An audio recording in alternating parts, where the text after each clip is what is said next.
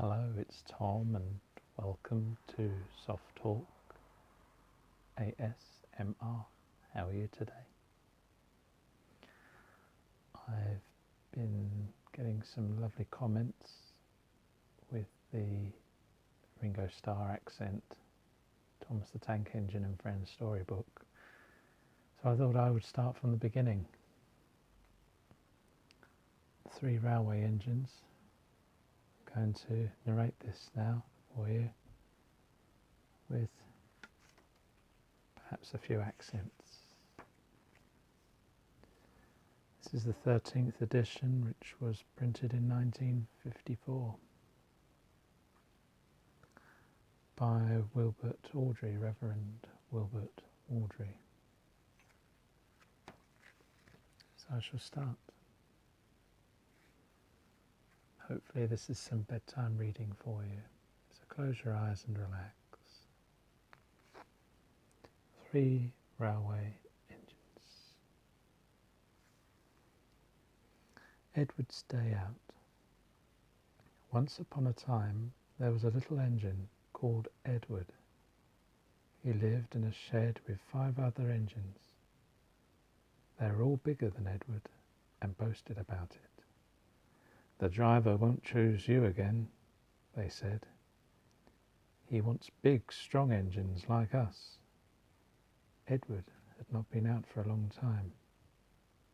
He began to feel sad. Just then, the driver and fireman came along to start work. The driver looked at Edward. "Why are you sad?" he asked. "Would you like to come out today?" "Yes, please," said Edward. So the fireman lit the fire and made a nice lot of steam. Then the driver pulled the lever and Edward puffed away. "Peep, peep," he whistled. "Look at me now." The others were very cross at being left behind. Away went Edward to get some coaches. "Be careful, Edward," said the coaches. "Don't bump and bang us like the other engines do." So Edward came up to the coaches very, very gently, and the shunter fastened the coupling. "Thank you, Edward," said the coaches. "That was kind. We are glad you are taking us today." Then they went to the station, where the people were waiting. "Peep, peep," whistled Edward. "Get in quickly, please." So the people got in quickly, and Edward waited happily for the guard to blow his whistle and wave his green flag. He waited and waited. There was no whistle, no green flag. "Peep, peep, peep, peep. Where is that guard?" Edward was getting anxious. The driver and fireman asked the station master, "Have you seen the guard?" "No," he said. They asked the porter, "Have you seen the guard?" "Yes, last night," said the porter. Edward began to get cross. "Are we ever going to start?" he said. Just then a little boy shouted, "Here he comes!" And there the guard was, running down the hill with his flags in one hand and a sandwich in the other. He ran onto the platform, blew his whistle, and jumped into his van. Edward puffed off. He did have a happy day. All the children ran to wave as he went past, and he met old friends at all the stations. He worked so hard that the driver promised to take him out again next day. "I'm going out again tomorrow," he told the other engines that night in the shed. "What do you think of that?" But he didn't hear what they thought, for he was so tired and happy that he fell asleep at once.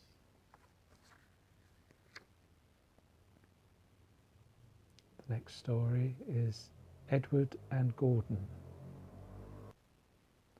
One of the engines in Edward's shed was called Gordon. He was very big and very proud.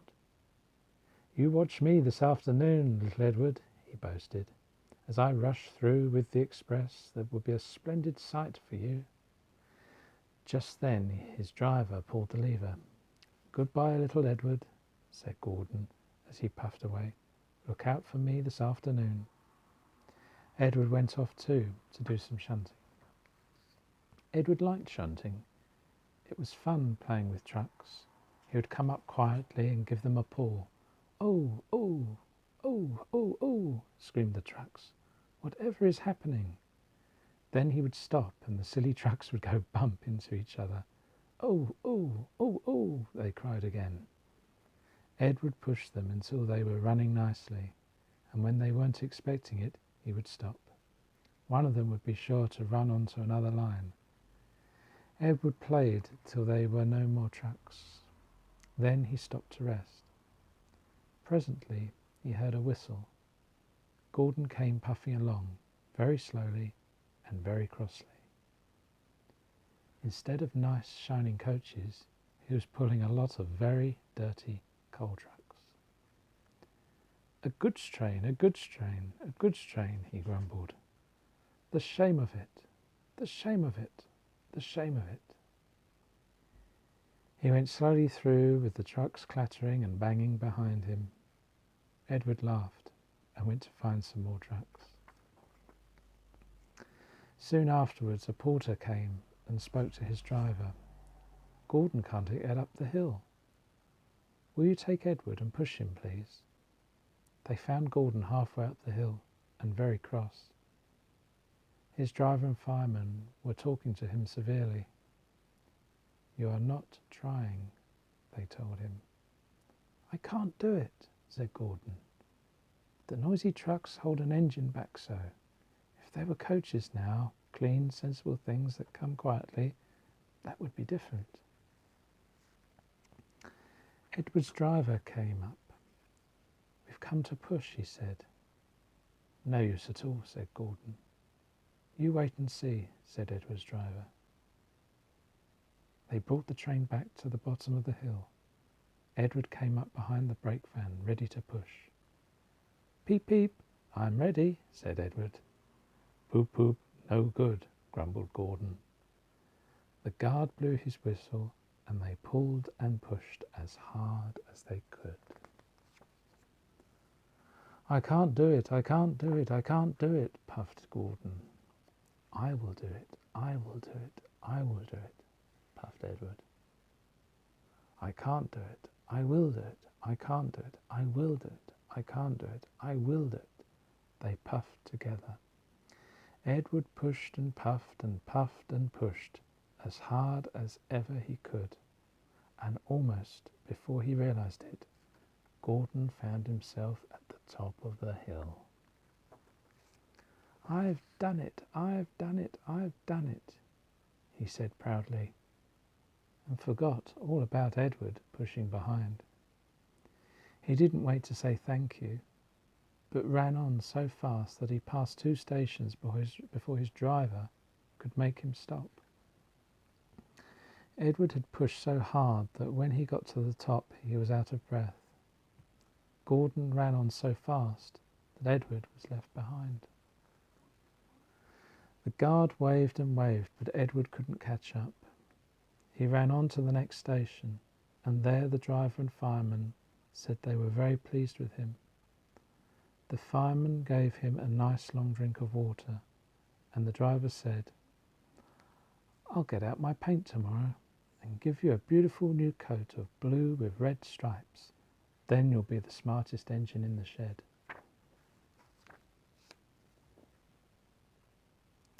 The next story is The Sad Story of Henry. Once, an engine attached to a train was afraid of a few drops of rain. It went into a tunnel and squeaked through its funnel and never came out again. The engine's name was Henry. His driver and fireman argued with him, but he would not move. The rain will spoil my lovely green paint and red stripes, he said. The guard blew his whistle till he had no more breath, and waved his flags till his arms ached, but Henry still stayed in the tunnel and blew steam at him. I am not going to spoil my lovely green paint and red stripes for you, he said rudely. The passengers came and argued too, but Henry would not move. A fat director who was on the train told the guard to get a rope. We will pull you out, he said, but Henry only blew steam at him and made him wet. They hooked the rope on and all pulled, except the fat director. My doctor has forbidden me to pull, he said. They pulled and pulled and pulled, but still Henry stayed in the tunnel. Then they tried pushing from the other end. The fat director said, 1, 2, 3, push, but did not help. My doctor has forbidden me to push, he said. They pushed and pushed and pushed, but Henry stayed in the tunnel. At last another train came. The guard waved his red flag and stopped it. The 2 engine drivers, the 2 firemen and the 2 guards went and argued with Henry. Look, it has stopped raining, they said. Yes, but it will begin again soon, said Henry. And what would become of my green paint with red stripes then? So they brought the other engine up, and it pushed and puffed and puffed and pushed as hard as ever it could. But still Henry stayed in the tunnel. So they gave it up. They told Henry, we shall leave you there for always and always and always. They took up the old rails, built a wall in front of him, and cut a new tunnel. Now Henry can't get out, and he watches the trains rushing through the new tunnel. He is very sad because no one will ever see his lovely green paint with red stripes again.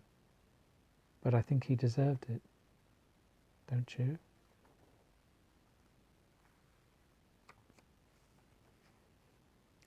The next story is called Edward, Gordon and Henry.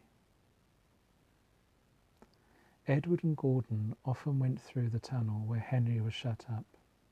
Edward would say, beep, beep, hello. And Gordon would say, boop, boop, boop, serves you right. Poor Henry had no steam to answer. His fire had gone out. Soot and dirt from the tunnel roof had spoilt his lovely green paint and red stripes. He was cold and unhappy and wanted to come out and pull trains too. Gordon always pulled the express. He was proud of being the only engine strong enough to do it. There were many heavy coaches full of important people, like the fat director who had punished Henry. Gordon was seeing how fast he could go. Hurry, hurry, hurry, he panted.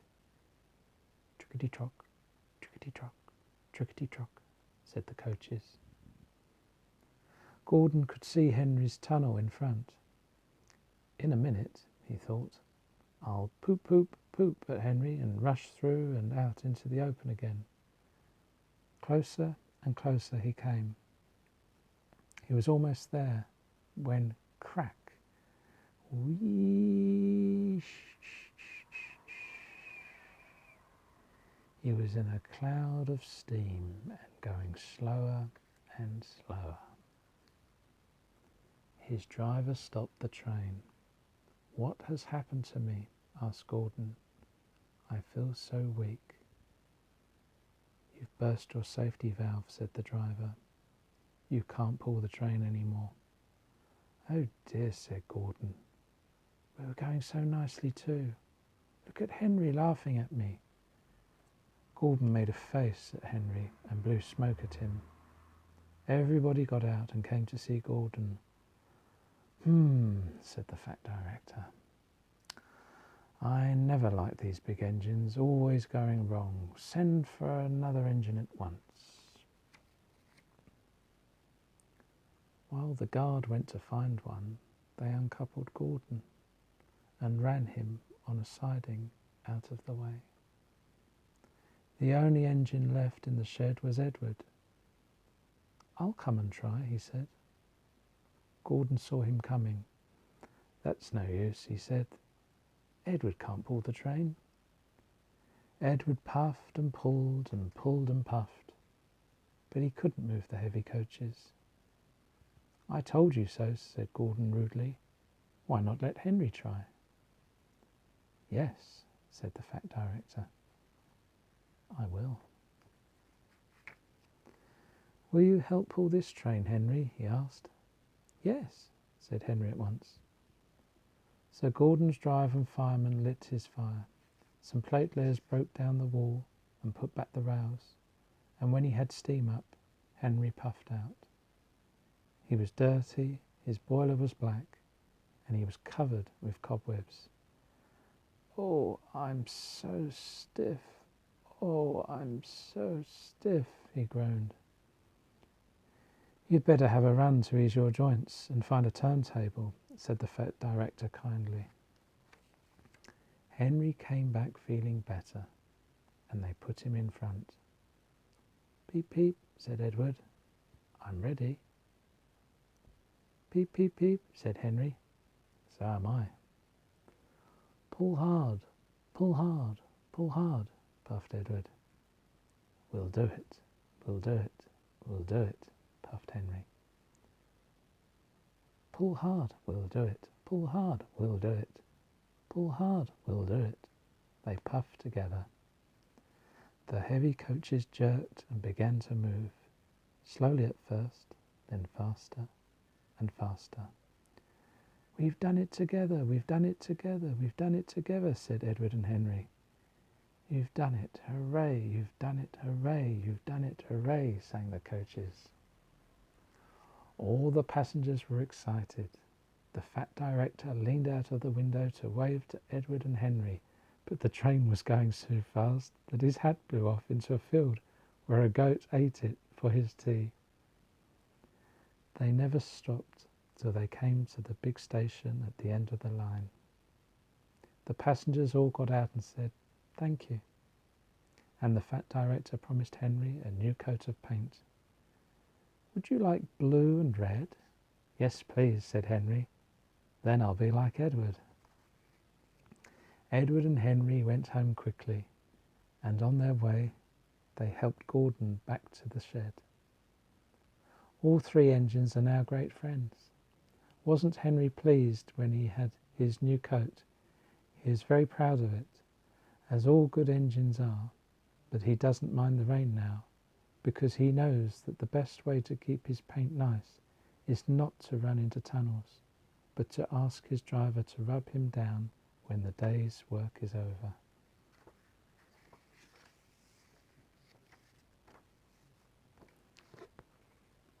And if you'd like to open your eyes, there's the picture of Henry receiving his new paint, a new coat of paint from green with red stripes to blue with red stripes, so he can look like Edward and Gordon, because Henry, Edward and Gordon are the three railway engines. I hope you enjoyed that. Please consider subscribing to join the channel and click like if you enjoyed this. And if you'd like me to read some more books, I've got some more of these. As ever, with loving kindness, I shall talk to you soon. Take care. Goodbye.